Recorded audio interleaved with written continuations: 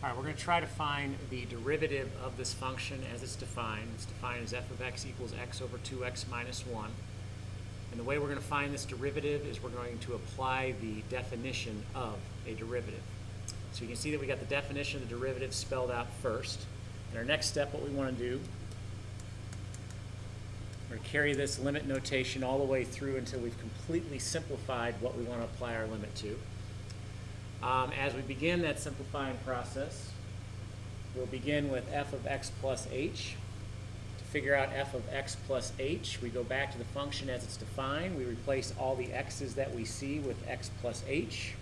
If we do that, we get x plus h over 2 times the quantity x plus h minus 1. We will then subtract the function as it's defined. That's this part. Function as it's defined is x over 2x minus 1. In the meantime, we need to appreciate that this is all over this h. Okay, now we're going to do some simplifying from here. We have a fraction within a fraction. So we're going to take these denominators and we are going to multiply those denominators to the numerator and denominator. And in doing that, we'll have the limit as h approaches 0 equal to, I'm going to focus my attention in on the denominator part right now. We have the h down there already, which is multiplied to the 2x plus 2h minus 1. You can see how I distributed this 2 through to bring this denominator down. And then we also have a 2x minus 1 that we are multiplying that denominator by. At the same time, if we're multiplying this combination here to the numerator, well, that's canceling out these denominators.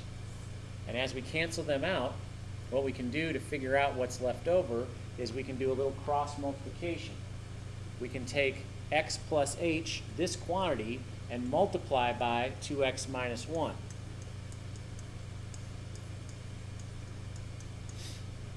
We can then subtract. We cross multiply here, we have x times this quantity of 2x plus 2h minus 1.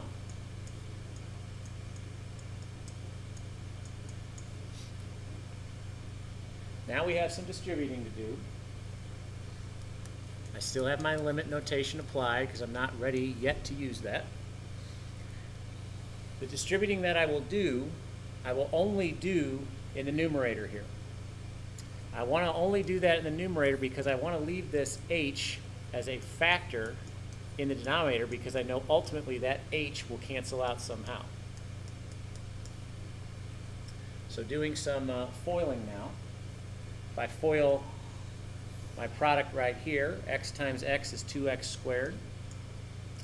X times negative 1 is negative x. H times 2x, positive 2xh. And h times negative 1, negative h. Now I'm ready to distribute this negative x through. If I distribute the negative x through, I have negative 2x squared.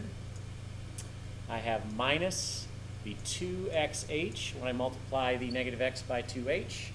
And negative x times negative 1 would be positive x. I've distributed everything out. And now I'm ready to see what like terms I can put together. In putting these like terms together, I'll notice things will cancel out. For instance, the 2x squareds will cancel out.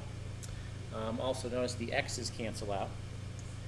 The only terms that remain should be h terms, and as a matter of fact, we've got a 2xh, we've got a negative 2xh. Those will cancel out. So we're just left with a negative h. So that negative h, I will be able to cancel to this factor of h down here. And as I do that reducing, a factor of negative 1 will be left in the numerator. So if I bring this up now, getting closer to the end, we've got the limit as h approaches 0.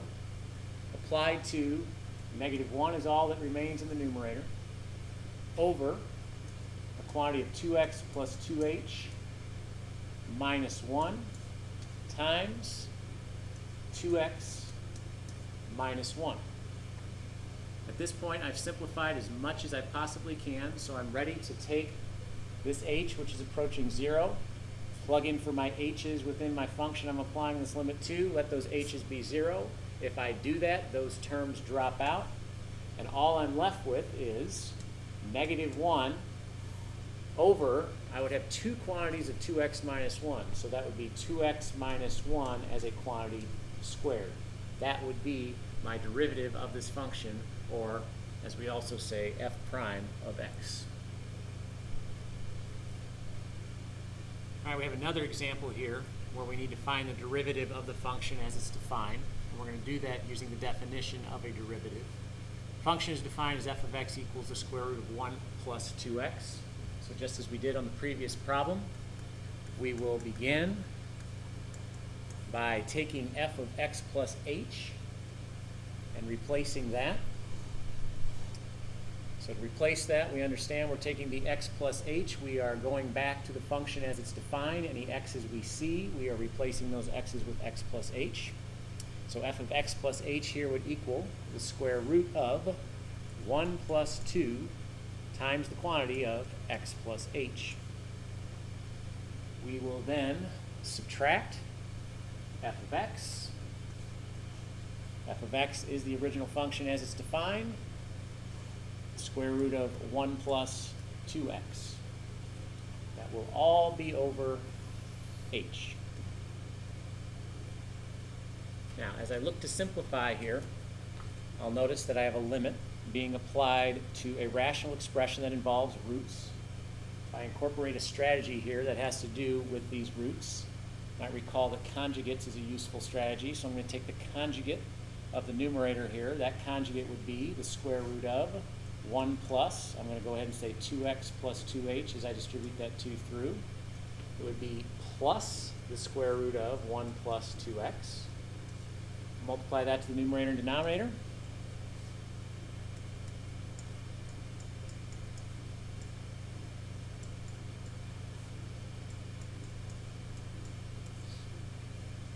And then remembering with this strategy, whenever I use conjugates, I only want to multiply out the conjugate expressions. So in my denominator here, I'm going to leave that as h times that square root of 1 plus 2x plus 2h plus the square root of 1 plus 2x. So multiplying the conjugate expressions from the previous step. If I multiply my first terms, those roots cancel, and I am left with 1 plus 2x plus 2h.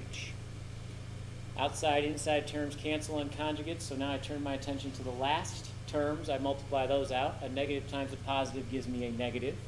Those roots would cancel each other out, leaving me with a quantity of 1 plus 2x.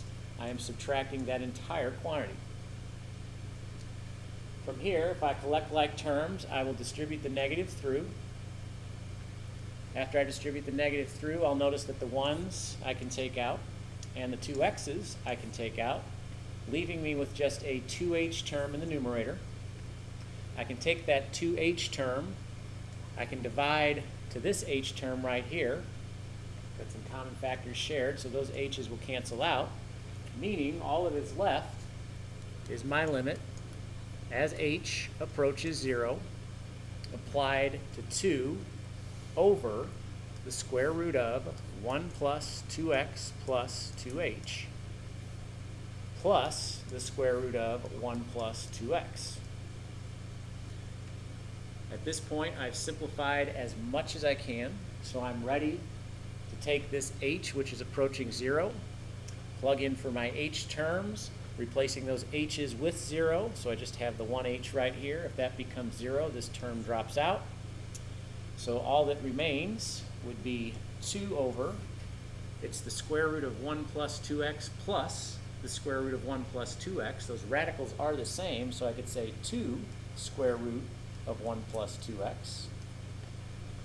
You'll notice now that these 2's can cancel out, meaning my derivative for this function will be 1 over the square root of 1 plus 2x. That is f prime of x.